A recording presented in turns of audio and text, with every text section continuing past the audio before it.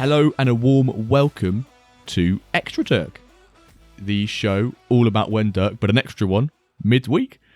Obviously, you know what it's all about. Podcast all about things kind of the Metaverse Football League, but an extra bit because usually, sometimes some of them last a bit too long, and we thought we'll give you a bit of spice midweek. So you've got an extra Dirk, an extra episode of the When Dirk Cast midweek.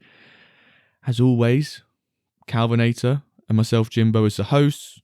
We're not going to discuss latest MFL updates, transfers, developments, because we're going to go straight into the interviews of the transfer window mayhem that you would have heard on Monday. Obviously, we always have to say, none of what we chat about is financial advice. Do your own scouting or hire a director of Metaverse Football. Calvinator, are you ready to hear the rest of these interviews? Definitely, yes. We have 3 more ready. So for our listeners, I'm really curious. And of course, I also came up with some discussion points to expand on the things we hear. Or which I anticipate we'll hear because I did not hear them before. So let's see how that goes. So I'm ready. So a quick recap. We heard from Fantasy Gaffer, who acquired and rebranded a Diamond Club in the transfer window season 0.6. We heard from Big Wilbert. He owns the most players in MFL, and he has the second most active contracts of any manager in the game so far. And then we also heard from Kinshu, the manager who spent the most money on the MFL marketplace during the season 0.6 transfer window.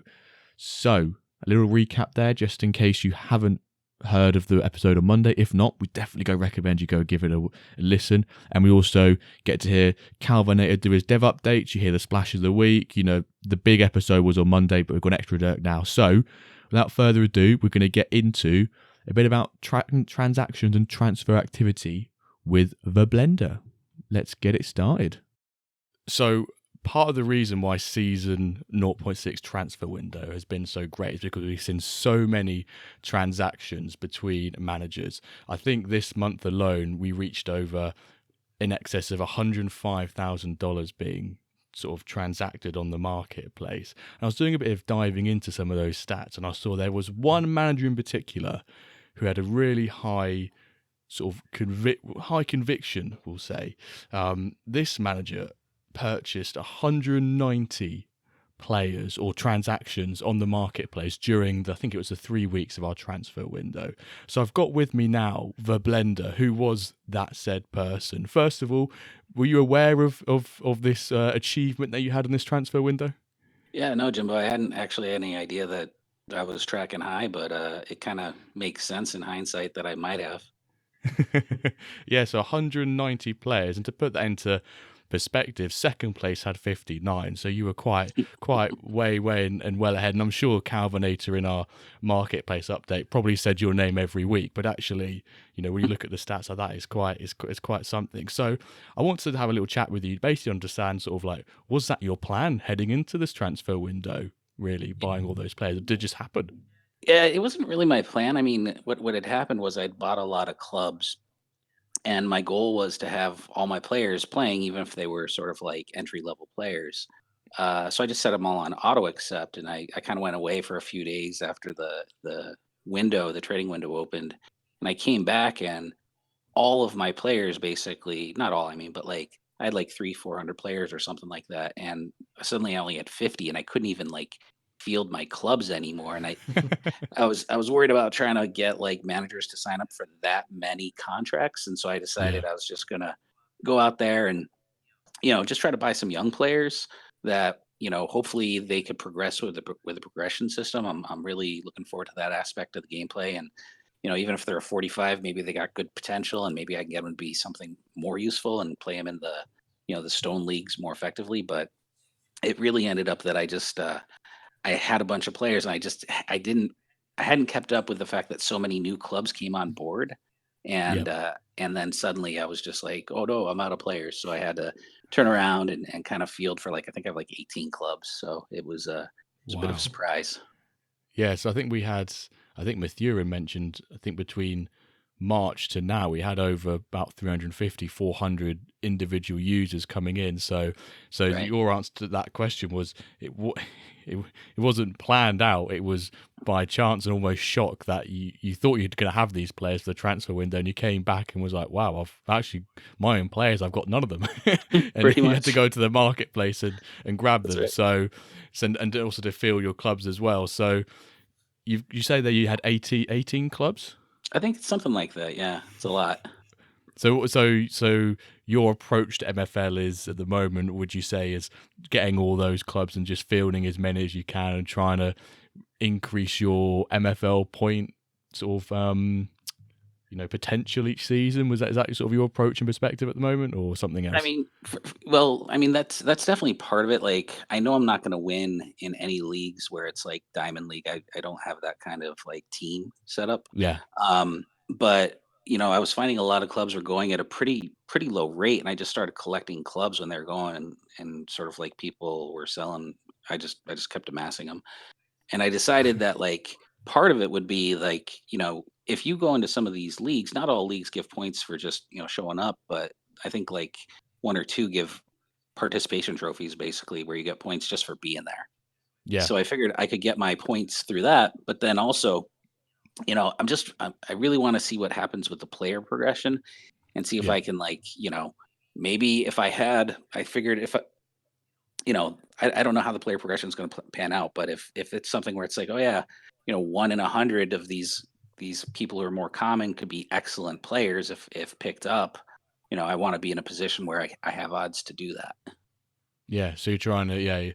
I think was it Hunger Games? May the odds ever, I can't think of the phrase. May the odds forever be in your favor, or something like that, isn't Right, it? right, right. So you're trying to sort of bet on the progression model when that gets released, and you're trying to increase your chances of having that wonder kid or that wonder player who takes you to different levels with new clubs or can Right, bring you in all those rewards. So right. that's a really interesting approach. I think that's one that many managers, said that a lot, many managers have for MFL in general. So with all those players and all those clubs, would you have said that your transfer window was a successful one because you managed to field all those clubs?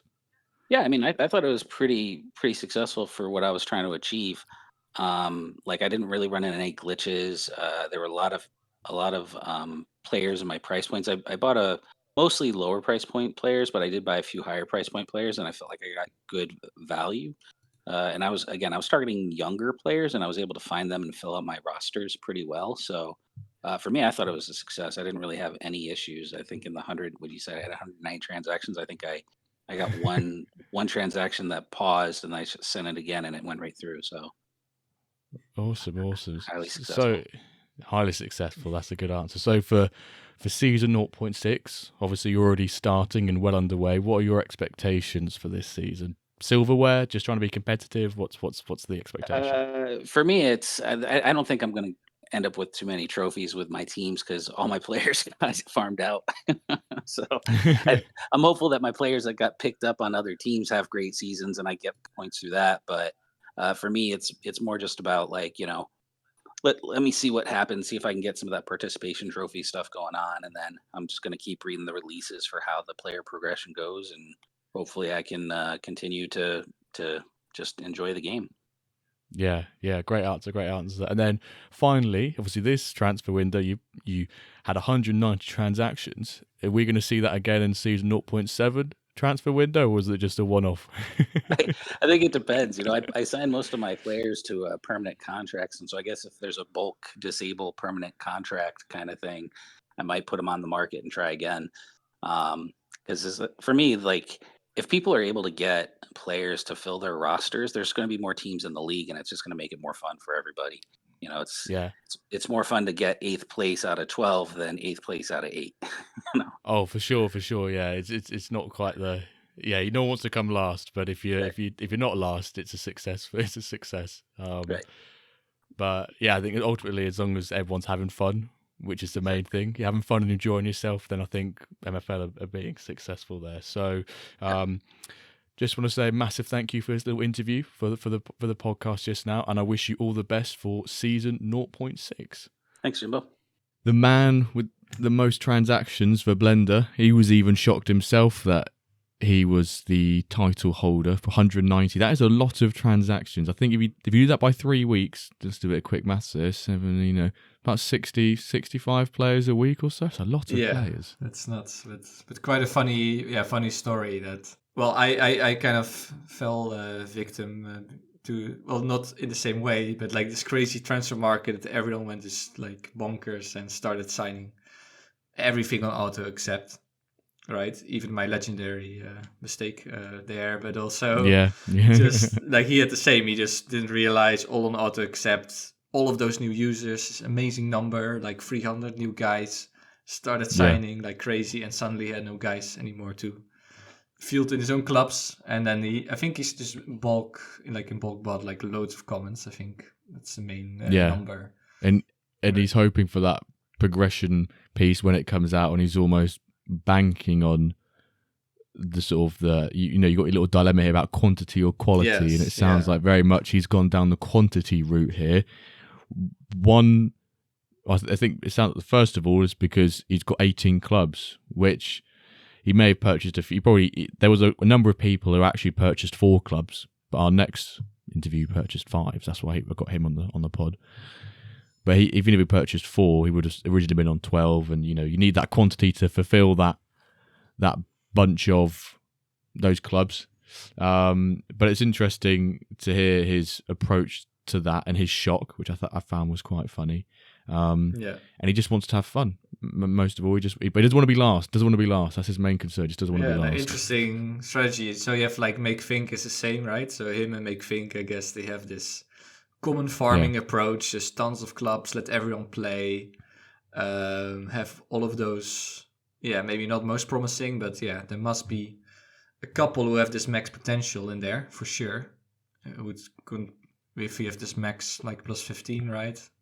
This kind of unique. 2% was it? 2% or 0.2? 2%. Yeah, like this small group with the plus 15. Like technically, with some lower or higher comments, they can turn into some rare players. So maybe it's quantity quality. There are some cases to be made for both. He definitely does the quantity thing. I think maybe he'll be contacting Big Wilbert to ask, like, how do I manage these players? All these players now. How do I manage the contract? Maybe we need to. We're like the love angel, and we bring people together to help themselves with. They can learn from each other. Exactly. No, but that's interesting to hear from him. Yes. So we've gone from the most transactions in the marketplace, and now we're going to head over to Trust the Process. Or Jonathan, 77, I believe his Discord username is. For some of you who are eagle-eyed, he did step away from the game for a bit and he's now back, which is also great to hear that as well. But he purchased the most clubs. Remember, excluding trading and that sort of piece, 5 clubs. And it's interesting that I won't spoil anything too much, but how in the last one about players, the Blender was talking about how he owns so many clubs, whereas on this side, the Trust the Process talks about the new clubs that he's bought so he can buy more players off the back of it, which I think is really interesting. So, and he's also very keen for the progression model as well. And I will say, when I interviewed him, he was outside his place, and it was a beautiful sunny day, and there were birds tweeting, and it just looked like a really peaceful place to be in America. So if you hear any birds tweeting in the background, that's Trust the Process's lovely area that he lives in. So let's get straight into the manager who purchased the most clubs on the marketplace during the transfer window. So we've heard a bit about clubs, specifically Diamond Club from Gaffer, and how he's approaching that for his long-term project there. We've spoken to Big Wilbert about active contracts and how do you manage so many players in your agency. We've also spoken to the Blender who, in his conviction of purchasing 190 players, transactions in the transfer window. I thought, let's change our avenue, our approach here to clubs. So I was doing a bit of digging, and I saw that Trust the Process, who I've got with me here, purchased the most clubs from the marketplace during the transfer window, which is 5 clubs. So I've got him here with me today, and we're going to just ask him a couple of questions as to, what was the approach? Why did he purchase so many clubs? What's his plan? Has he got any long-term visions, that sort of thing? So trust the process. Glad to have you on. How are you? Good. Yeah. Great to be here. It's fun to kind of be on a podcast. That'll be fun. Great stuff. So, like I mentioned, you purchased 5 clubs during the transfer window. Was that something you had planned out? Where's the conviction come from? What's the reasoning? Yeah, so I didn't know how many clubs I purchased. It's not something I've actually been keeping close tabs on. I just kind of look to see whenever I feel like there's a good deal on a club, and I kind of try to jump on it. I love the idea of owning clubs, owning the different places, and for me, just the amount of players I had, I could use some more clubs to develop them. So just looking to add to that supply. So you sort of had it, so it wasn't necessarily a plan, but you knew that if the right price and location came up, you'd sort of grab it when you could.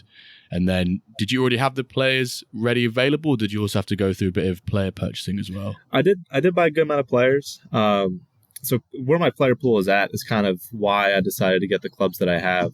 And whenever we say I bought 5 clubs, I'm pretty sure they were all probably stone. Like, I'm not buying these high value clubs. I'm buying ones where I can kind of count on developing my cheap young guys. Some notes on my player pools I put down is I currently have 346 players in my inventory as we speak. 95% of them are 22 and under, 85% are 21 and under, and 75% are 20 and under. I just got a lot of young guys that I want to see develop. My favorite part about any game growing up has been I love youth. I love player development. It's always been what I've kind of targeted in any game that we've played. And so I just want to make sure my players are on the right clubs for the right amount of time to develop. And we're not there yet with MFL, but I'm really looking forward to that time. Yeah, progression is definitely an exciting element to the game, which I know, like us, a lot of managers are super looking forward to. So you've got that approach where you want to develop young players. Just a quick funny question then. If you open a pack and you get someone over the age of 22, do you sort of just like gnarl and go, oh, I don't want him, he's an old guy, he's 23, I don't want him? Yeah, typically I go straight to the marketplace and see what a guy like that's going for, and I see if I can sell him. I just want him out of my inventory. So I don't you can want to go below the him. floor, just get him out. You're like, MFL, just take him back, give him to someone else. I'll give you the money for the pack. I don't want that old geezer. Exactly. And even if I get a bad overall guy, even if it's a young guy, I'm happy. Like, I can get a poor rating guy and it'd be young. If it's 18 or younger, I'm thrilled, no matter what it is. Yeah. So you've got quite a lot of stone clubs there, and is your idea to try and nurture that development when progression happens and offload, and then try and bring in more youth, or maybe will there be 1 or 2 clubs that you know they might start doing really well and you just want to ride it as far as they can go, sort of thing? Yeah. So I currently have, as far as my players goes, I have 25 rare players, 106 uncommons, and 215 commons. I did some research going into this.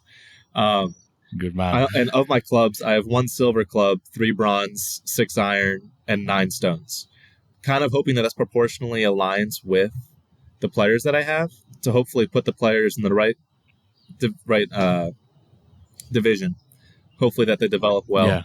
And who knows, maybe those stone clubs turn into irons, turn into bronze if I'm lucky, if those players develop. But overall, I just want to make sure there's just looking at the amount of clubs in how we have in the ecosystem currently, it's 1,524. If you do 11 starting players, that's 16,764 starting players. And there's 40,000 plus players that are over 50 overall. I plan on starting some 50 overall players if they're young, just because I want them to grow. Yeah. So you've almost got the current club structure you've got within the different divisions is almost your own internal ladder for that progression of players. So never mind maybe offloading them to a different agency on loan or selling them. You actually want to try and have your own ladder, so the young players, the youthful players, can see the progression. They can see the promotion ladder, so to speak, taken from corporate jargon and rubbish into the MFL universe. So that's really great. Have you encountered any any challenges with how you're approaching this? Is quite a few clubs, is it quite hard to manage? Is there a lot of players to look after, or do you feel like you've sort of got quite a nice balance at the moment? Yeah, no, it is some late nights going into some seasons. Whenever I am prepared, I mentioned to you off air, like I didn't get prepared enough for this season because I was on vacation, or holiday, I guess, as the Europeans say it. As long as you don't say the S word for football, you're okay. Yeah, so I loaned out a lot of my players this year, but typically it does take some time to manage that many teams. For me, it's been one of those things where I'll have fun doing it before I go to bed one night, and then the next day do it again for maybe a couple different teams and kind of revolve around there. But yeah, I just love the player progression, as I mentioned, and so I just wanted to make sure I got enough clubs to make sure all my players develop. Like, last thing I want to do is loan out an 18-year-old to somebody and then have him barely play. And so I'm just trying to make sure I can control all the player progression I want to control whenever that time does come, to hopefully have them get to their potential, whatever the MFL system has them being. Yeah. No, great. So your expectations for season 0.6, obviously it's already started. We're already, I think, nearly a week, or we've had a lot of games so far already. Yeah. First of all, how's the season treating you so far? And then second of all, maybe based off that information, what's the expectation for the rest of the season? Yeah, so how it's treating me so far, honestly, I have so many different of my players all scattered throughout so many different teams. It's so hard to keep track. And so I check in every now and then with some of my top players, see if anyone's going for any golden boots. I'll check the save. I'll check what's the save one? The clean sheet. Oh yeah, the clean sheet. Yeah, the golden glove, that sort of thing. Yeah, trying to see if any of the guys are going for that. But for now, more so than that, I'm kind of moving on past season 0.6 because I have no control over anything right now, and so more so looking at the coming season and seeing, okay, how do I want to structure my teams, just so I can notice any holes I do have going into whenever we do get to player progression and relegation and stuff. That's one nice thing about Stone too, is I can play my 50 overall players. Like I have a 17-year-old that's 47 overall that I still plan on playing a decent amount because I want to see where he goes. I really love that. And so I don't have to worry about relegation as of now in Stone. And so people in my leagues will love playing against me, but I'm going to love seeing those players develop. So. No, exactly. Yeah, it's an interesting one because right now those players are 47 rated.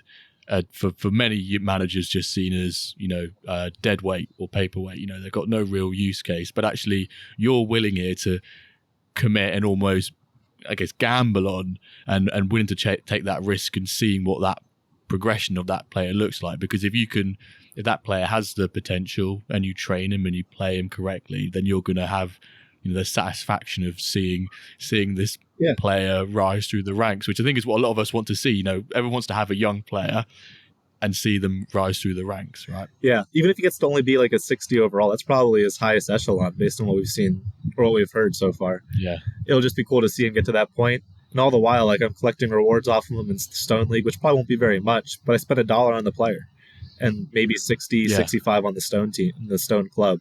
I'm not much one for locations personally. Whenever it comes to clubs, I just am all about having a place to develop my players more so than wherever that club's located. That may change as we develop, but I'm just excited to have a location for my players to play.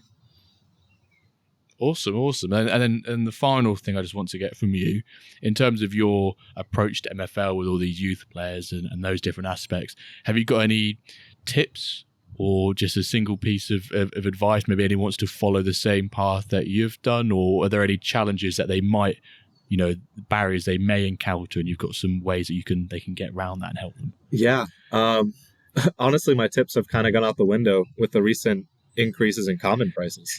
Like I was all about finding those 18-year-old 51, 55 overall players that used to be like $1 or $2, and now like we're looking at the prices of commons just going up like crazy. I know you talked about that on a recent podcast, but it's hard to develop and get those young guys anymore. It's hard to get anyone that's worth getting. So I'm not going to spend a lot of money for a young guy.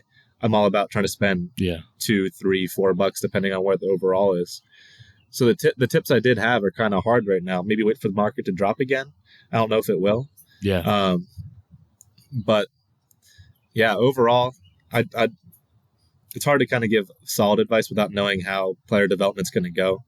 Yeah. But I just know it's an aspect that I love of any game. And so if you like that development aspect, it's the cheapest way to get a whole team together and have a team grow. Maybe not if they're all super young, but you can get some old guys in there to mix in between. Maybe they can be your subs. But for me, I just love the idea of getting the young guys, letting them develop. And it's a cheap way of maybe getting a good team one day. Like you can develop that team from stone into iron potentially, or into bronze if you get lucky. And your upfront cost is lower than trying to get a bronze team right now. Yeah, exactly. No, some really good points you made there. So some key takeaways is you hate old players and you love young players. Correct. You want to nurture that youth. You're really excited for progression and to see where that goes. So I'm sure, like myself now, after meeting you for the first time, speaking to you, I'll be following closely when progression gets enabled because I want to be checking out. I know where all the youth players are now. They'll be around your agency, so I'll be keen to look after them. Just want to say, before we close off, a big thank you for joining me. Hope you've enjoyed yourself, and the best of luck for the rest of season 0.6. Trust the process. I appreciate it. Bosh. Someone is First of all, actually, really great guy. He'd recently come back from a 3-week holiday in England, in the UK. Yeah. And he said on the way back, he'd listened to all 3 most recent ExtraDirk episodes on the flight back. Because he said when he was away from the game for a bit, he didn't really get a chance to listen, but he listened to the most recent 3 on the plane back, which I thought was a huge commitment. Yeah, I love to hear that. No. See, well, this is also one great thing about this episode is that we can hear from so many different managers and their approaches, and then so he's really into youth development and having so many clubs, and again that quantity approach, but also that youth development approach. And yeah, I'm really curious how that will develop. I had a couple of talking points based on that of having so many clubs. So first, well, maybe the most interesting is like, are clubs undervalued? At the end of this clip, he said, you could turn those stones into bronze, right, with promotion. And he has now loads of stone clubs, loads of opportunities to maybe do that. And we've seen some stone clubs sell for 60, 65 lately. With players, as he said, also the common market, common players, uncommon players, rare players, they're increasing so fast, while clubs are relatively cheap. At a lesser rate, they increase. So are clubs undervalued then? Or what would you say? I think so, yes. I think especially some of those lower division ones. I remember, so his spread of clubs is 1 silver, 3 bronze, 6 iron, and 9 stone. I don't think he mentioned it in that clip. Forgive me if I'm wrong here, but off recording, he said that he's tempted to get rid of his silver and bring in like 3 more stones. One, because it matches his ethos, but then he has more. He can be a bit more competitive in those ranks. But I think, going back to your question, I do think that clubs are undervalued. They're the only lifetime asset within MFL that never retires, I guess, is the the club doesn't stop. You've got it for infinity in a sense. Yeah, exactly. That's the only thing that really earns it, right? A player by itself without a contract cannot earn anything. So obviously you can play MFL from an agent point of view and you can loan out players, but if you really want to play, be involved, win points, win trophies for clubs, you have to own a club, and that's the one thing that is the most scarce class of asset in MFL as clubs. And so I think we've seen how much players have increased through new users, and we've been minting more players because we had the pack drops and supply and demand piece, but we've had more users, but we've not had more clubs. But clubs have stayed relatively similar. So I think maybe if we get more users coming in, we have another crazy season 0.7 transfer window. Could we see a big old shock again but maybe this time clubs go up? Well, possible, yeah, definitely. But interesting too. What? Yeah, one thing I thought were interesting was that he doesn't really sound like he trusts many people. Well, actually, he said to me, he trusts most people. He's very He trusts a lot of people. Trusts the process for sure. That's for sure. Yeah, he trusts. Yeah, exactly. He trusts the process. Yeah, but I think what he wants is he wants control over his own development of players because he wants to be able to do it himself, which I think is a strategy that many managers want as well. I think that's part of the reason why people don't go down the avenue of like your fantasy gaffer where it comes to you loan all your players in. You want to own the players so you have full responsibility and ownership, and I guess almost you've got no excuses then, only yourself.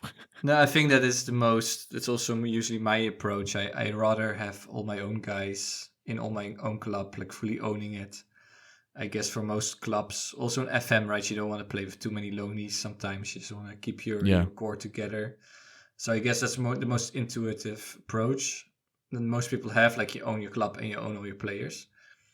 That maybe leads nicely to like the other thing I wrote down for this topic. Is like, let's say you have 18 players, should you use all 18 in your own club? Or is it maybe more profitable in terms of MFL to kind of spread them around different agencies so you have different chances and maybe even select certain managers who you know are good? Like, that's a whole other approach that not many people do, but maybe that's more profitable also. Yeah, I think a lot of that maybe comes down. Well, there's many answers I think to your question there. I think depends how many clubs you own. This may sound a bit silly, but for me, with only 2 clubs, I'm more likely to own those players on my own clubs and rather send them out. But if you've got lots of clubs, maybe you can afford to throw them to more places, or maybe the other way around. If you've only got 1 club, you've got to send them out everywhere else. So I think it goes back to the point that everyone likes to manage their own stuff. Yeah, I think people like to own. So that's the most common approach, and you can do it more scale it, let's say, like Verblender did, to trust the process and make think and really have those common farms, let's say. I also wrote down that is common farming common farms, literally common farms. Is common farming worth it? Well, we have to see, I guess. Time will tell. Definitely, I think owning all of those clubs will be pretty good because they're undervalued. And all the talent development, we all have to see that too. Yeah. Final point then before we move on to our final interview with King Dingling. I love that he told us the breakdown of his agency with regards to different age brackets. So 95% of his players are 22 or under, which I think is kind of crazy. And then it went down to 55% are either 19 or under. So he really does. He's got the stats to back up the fact that he does love the young players. And then because he sent me afterwards, he sent me all of the notes he had planned for the interview, which I think was great. And he put, "I love youth and I love player development. It's always been my favourite aspect in any sports game. So I want to make sure my players are on the right clubs with the right amount of opportunities to develop." Awesome. Great line, man. He's got a vision. He's got a project. Let's hope it works out for him. Yes. Time for the last one. So time for the last one. I'm probably one that a lot of people I know are going to be very excited to hear from this manager, King Dingling. So Jeremy Clare, 93 rated legendary. Probably, I think, the highest rated legendary that was recently minted during these drops. Maybe there might be a 94, but I'm pretty sure they're not higher than 93 again. Please let me know if I'm wrong. And I think I used a term in another episode that because of him acquiring this player, the demand for him was like being a celebrity. You know, Jeremy Clare was like a Taylor Swift concert ticket. Instantly became the most valuable and most demanded asset in all of MFL the second it was brought into his agency. And it's really funny, actually, how he got the player, how we opened him, which you'll hear in a second. So without further ado, let's hear from the man who owned Jeremy Clare, or unpacked him, should I say, and how the negotiations went between him unpacking him to it landing in the agency of Profound Soda or Cincinnati. Let's go. We've spoken about diamond clubs. We've spoken about people buying lots of players. We've spoken about contracts. We've spoken about people buying clubs.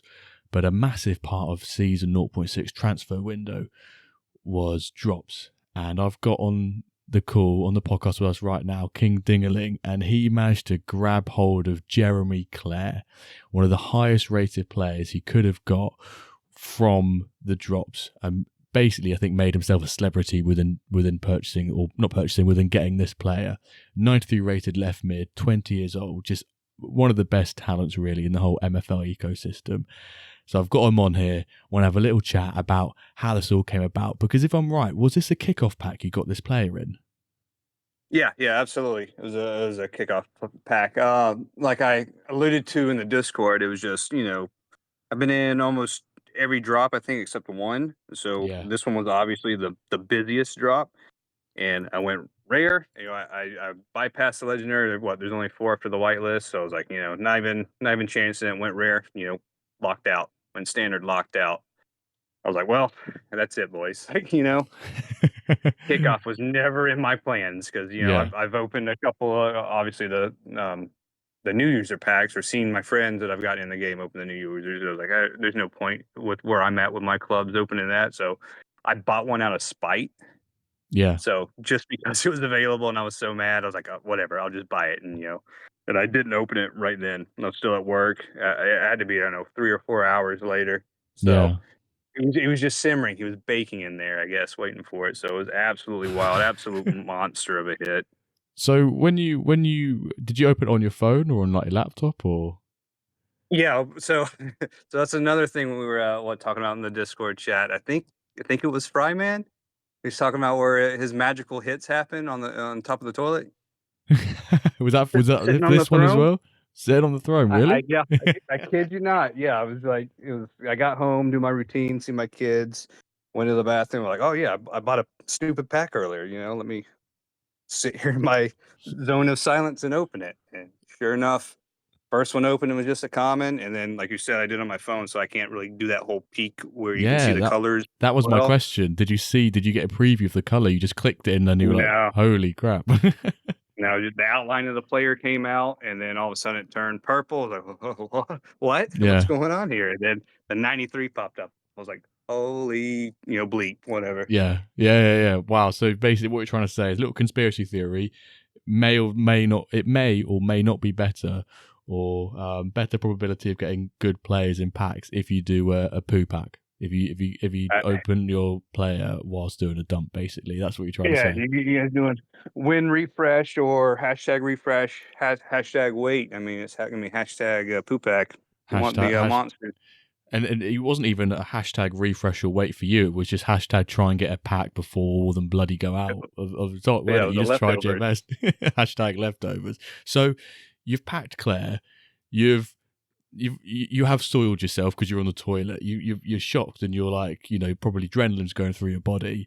You realise you've packed one of the best players in the game. But obviously, you probably maybe similar to me when I have legendary players. You're not in a position really to play those sort of players, and you've got Diamond League managers who want to come in and try and sweep them off your hands because one of the best talents. What was the attention like? What was the negotiations? Because obviously we all know that you offloaded him to Profound Soda, but talk to me about, if you're able to, as much detail as you can, some of that negotiation piece, because like I said before this, it was super competitive, right? Yeah, no, it was the sliding into my DMs. DMs are full and hard to get to everybody at once. Like I said, I was busy with the move and stuff like that. I made that quick little comment in Discord, just kind of not bragging about it. Everybody shows their hits, and of course that one, like you got to say, well, look where it came from, and then Yeah. that triggered it. Like just open the floodgates. I think I was talking to Gaff. I was like, stirred somebody. I was like, I was not ready for this. Like I didn't anticipate it to be like that. I wasn't ready. I didn't have a plan. I did that, and then it's just full sin from everybody.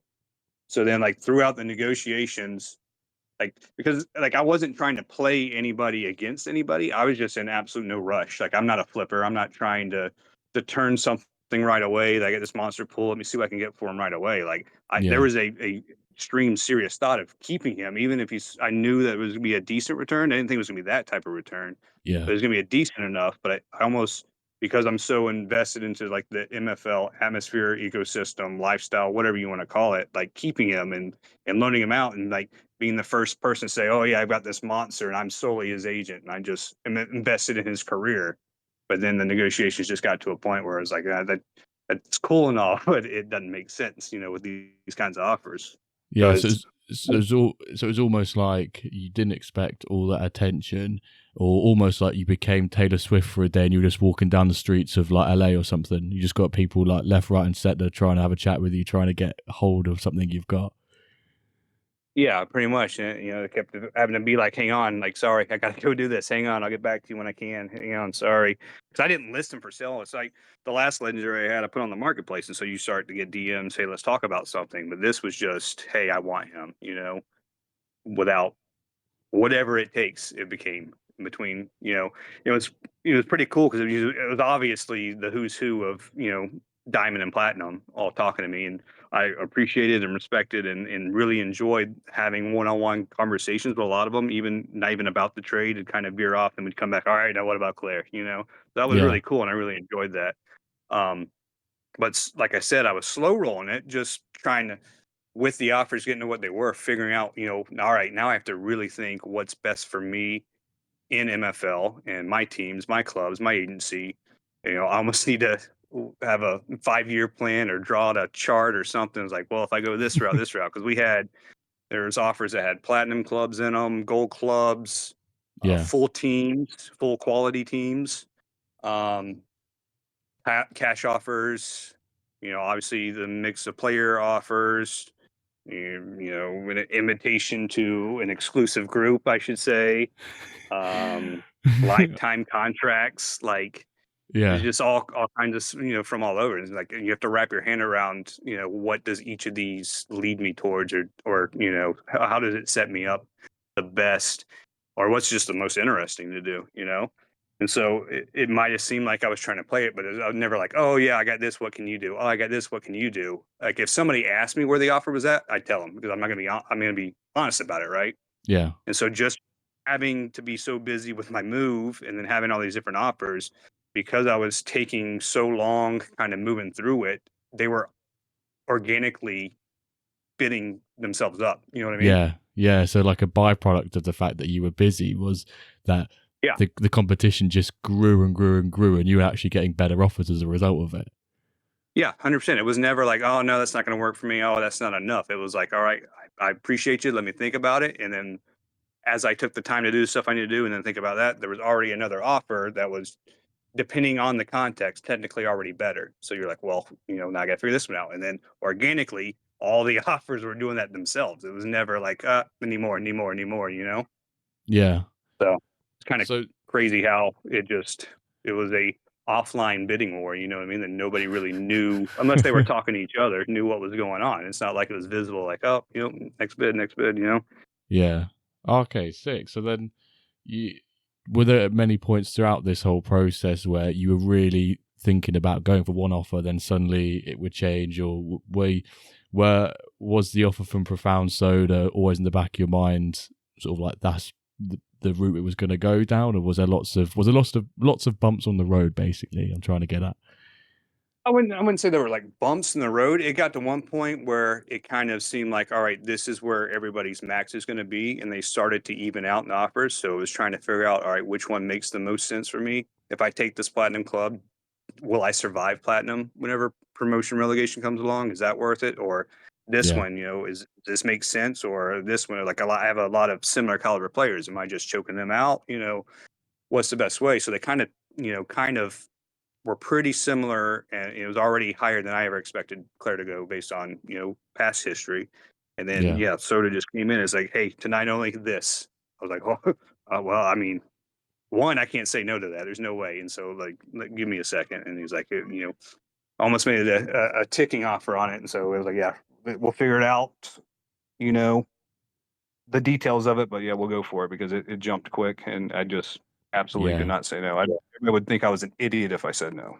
Yeah, because from our, I say mine, our understanding is that obviously you got a couple of legendaries in there, and then also Profound Soda then came out and said in the general chat that it sort of the whole trade itself equated to about 4,500 USD. Yeah. Yeah, which is absolutely mental, man. That's huge for you. Yeah. So Yeah, we got a third party to value. I made a short list of players. We had a third party, probably pretty obvious who, validate values, set values, and then I went for a $2,500 player pool and tried to figure out the best. Do I want to totally just max out my silver team? Do I want more investments, younger 84s, 85s, 17-year-olds that can grow? I can still play that agency kind of game I wanted to. And then the $2 were going to be a cash on the side. So it was absolutely, a no-brainer to do, because it Yeah, helps me in both aspects, right? Because this is a game that's fun and all, but if we're really all trying to treat it like a business and an MFL and a football team, then like you have to also consider your ROI whenever you're making these types of deals. Even though yeah, that's not the main goal, but if you're trying to eventually treat it as that business aspect of it, like it just made sense. So yeah. it made the most sense to have that mix of both rather than trying to launch a new club and build it out and all that kind of Oh stuff. yeah, of course. Yeah, I think you made the right decision. And like you said, when you get offered that sum, it's non impossible to turn that down. Especially when you think of the origin and where we started here, which was a $9.99 pack that you opened on the toilet, and suddenly you're Yeah, looking at, absolutely. when you put it into perspective like that. And it sounds like you're really happy with how that whole like trading and negotiation process went out. So I'm really happy for you. Yeah, it all worked out. I'm glad. I appreciate it. I hope everybody that didn't win out on them isn't mad at me. And, and like, I feel like the offer got to the point where nobody could be mad if I didn't go with them. Because I also have that, I don't know what they call it, where not like a people pleaser, but just like if anybody has done, plenty of people have done deals with me, and 9 times out of 10, they're probably walking out happier than I am, because I'm just a guy who's like, yeah, man, let's make it work. I'll hook you Yeah, up. I'll do this. Makes no sense for me, but that's what you need. I got you. Like, whatever. Yeah, $10 off. yeah, Cool. Whatever. So like I had that in the back of my head. I was like, oh man, I really want to do this deal with this guy just because of our conversation. But then you got this yeah. offer here. Wow, that one makes the most sense. So luckily the offer was so good that I feel like nobody could be like, oh, that asshole. You know what I mean?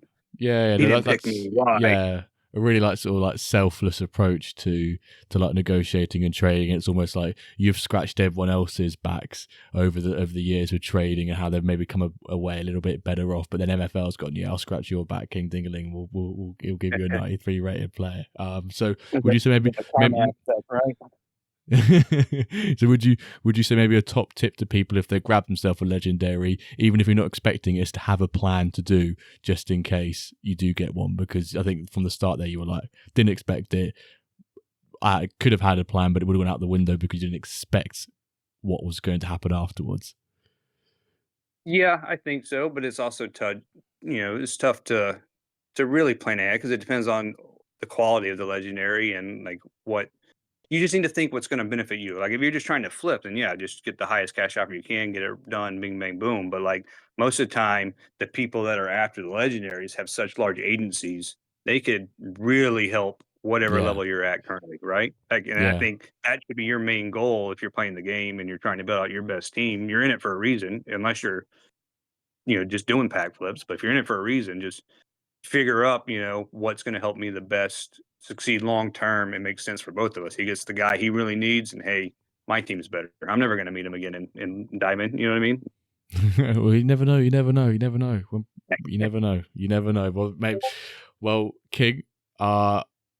I just want to say a big thank you for you coming on, and having some time here for the Wendirt podcast. A massive congrats again for pulling this unbelievable player. And obviously, it sounds like you're really happy with the outcome of the negotiations, things like that. So we'll be looking out for season 0.6 and seeing how your clubs are doing with the elevated potential and elevated strength in their agencies. Is season 0.6 looking like a big year for you? Was a big season for you? It's looking better, but I didn't instantly, put all the guys I had just received in the trade down to stack my team because I still am a big believer in having the tiers operate like they should. Yeah. Certain overall should be in certain places to me. So I should stack my silver team to at least finally get them a trophy. A lot of them are already on contracts too, and just because I negotiated this year, I didn't want to blow that up in their plans because it's not like I'm in a rush, especially without a promotion relegation worry. So Yeah. honestly, I think all but like one are still on contract, and I think they might mostly all be with Gaffer. Oh, So okay. I Yeah, still get yeah. a little piece of the diamond pie a little bit, right? Get to support a diamond team. He's Yeah. got both the wing backs because that was a big piece too in the trade is getting the legendary left wing back to pair with the legendary right wing back I already owned because Yeah. that way if anything ever happens and they become old men and want to come play in silver, I got the pair, right? Yeah, exactly. Yeah, the gaffer was mentioning that how that's a really pivotal piece of his diamond club is those two wing backs there. But yeah, we'll come to a close there, mate. King, just want to say a big congrats again and thank you for coming on, and all the best in season 0.6. Awesome. I appreciate you having me on again. Limit my time. I could say the S word. I wanted to say it one time. Just for you. Don't you dare, mate. He didn't say the S word, but after that, he did say it off air. He managed to get it. He got it in, but not in the recording. Okay, yeah. Good one. Well, really interesting this whole story. Maybe some negotiation tactics in there. Just kind of not be too active, and people automatically increase their bids by just outbid themselves. Yeah, it sounds like it was a byproduct of the fact that he was really busy. Exactly. He did mention in there that he's basically moving house, like cross country. He was saying, and I managed to catch him after a 3-hour drive. That I said, can I have 10 minutes of your time quickly? And we weren't sure if we were going to have to do it or not. But I think maybe a byproduct of that was the fact that all the offers were so competitive, and they almost kept bidding themselves up. Yeah. Which is great. And he got really good really good deal, right? All of those players plus this extra cash, so really amazing deal. I think he took the sensible move where he could have gone for probably a cash offer and sold it, and if that happened, you would never blame anyone in that situation. But he wanted to go, right, I can exchange this for a really great pool of players here, and probably a bit more because he said 2,500 player pool and then more or whatever. He was like, yeah, he can really bolster his agency and really help himself out. And obviously he's got 2 players in Diamond League now, the wing backs in Gaffer's Berlin. So it's great to see that. I wish he would have disclosed a bit more about the negotiations, but obviously for some reasons he won't be able to because he can't be like, this person offered this person offered this. It would have been great. Maybe not off podcast talk there. But it was great to hear the negotiation piece and how that was like for him. And I think the funniest bit is it was on the toilet when he opened the pack, which I think is funny, and apparently is quite a successful way of getting good players according to some managers. Yeah, so it was a team refresh, team team toilet. That's like the latest team toilet strategy. It's just being on the toilet. And what about have you? Yeah, just might have to. Maybe. Well, I was going to say we could test that for next drop, but then one of us will have to drop out the stream and exactly be right back. You have to record. You have to be on the stream from your phone, and just like a little live stream. I'm sat here. Toilet live stream. Toilet stream. maybe. Did you think he made the correct choice? Yeah, with definitely. How like that looking at the levels that his clubs are at, and then that this guy should be definitely in diamond. So. Yeah, he loves the game. He probably has a couple options, right? What he said, he can loan him out for a very nice deal in diamond. Maybe get like an 8%, 10% stake, maybe would be possible for such a good guy. But you could also just invest in loads of different players, make your own teams better, plus get a nice cash bonus to maybe even get some ROI already or get some ROI back. So I think that's very sensible. Yeah, very sensible. Yeah, I'm super happy for him. Especially when he was saying that he's been on trades before, and just because he's such a selfless guy, often the trades won't benefit him. They both get what they want, but if you look at it from like a pure value point of view, the other person always comes off more, and he's happy with that just because they've both won in terms of they've got what they wanted, but maybe on a value point of view, he came off a little bit worse. Exactly. So it's really nice to hear that.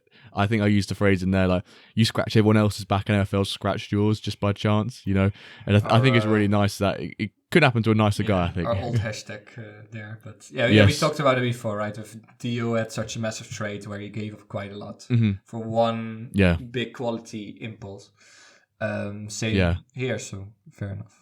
And obviously, as well, we're talking about King Dinglin, but congrats to Profound Soda for acquiring and getting the talent of Jeremy Clare on board for his team. It's a huge asset to have for any club, being a 93 rated player at 20 years old as well. So one for trust the processes, requirements of an age, but a huge congrats to both managers. It's been been great to see over that. I think it was about 4 or 5 days, all of that unfold and hear about some of the rumours of offers coming in and out of through the MFL rumour mill, I think we'll put it. There were some quite crazy offers going through, but it was great to see.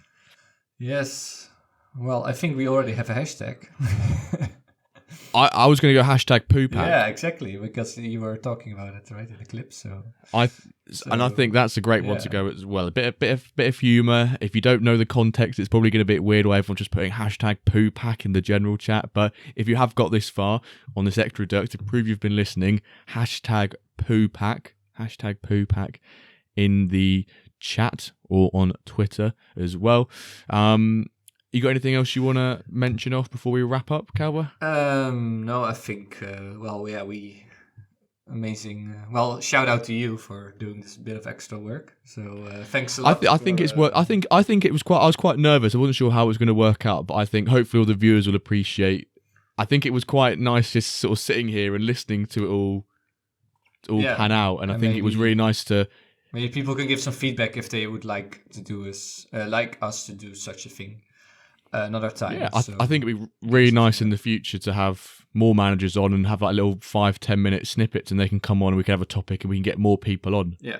But you don't have to be live then. But obviously it's episode 40.5 technically this one. We've got episode 50 coming up. Maybe. If anyone's got any ideas for any big half a century, I think we've got a few ideas. Maybe a live or maybe a panel. We get some big people on there. But yes, hope you have all enjoyed this ExtraDirk. I know that we have. It's an ExtraDirk, but it's almost been a full episode because of how long it has been. I know Calva's, he wants to get to sleep now. It's a late night for him on a Sunday. But yes, if you have enjoyed, please don't forget to leave a 5-star, leave a review, all that great stuff. We've had so many great feedback recently, and it's great to sort of hear from all of you that you love the content we're producing, and we that helps us, keeps us motivated because we always love producing this week in, week out.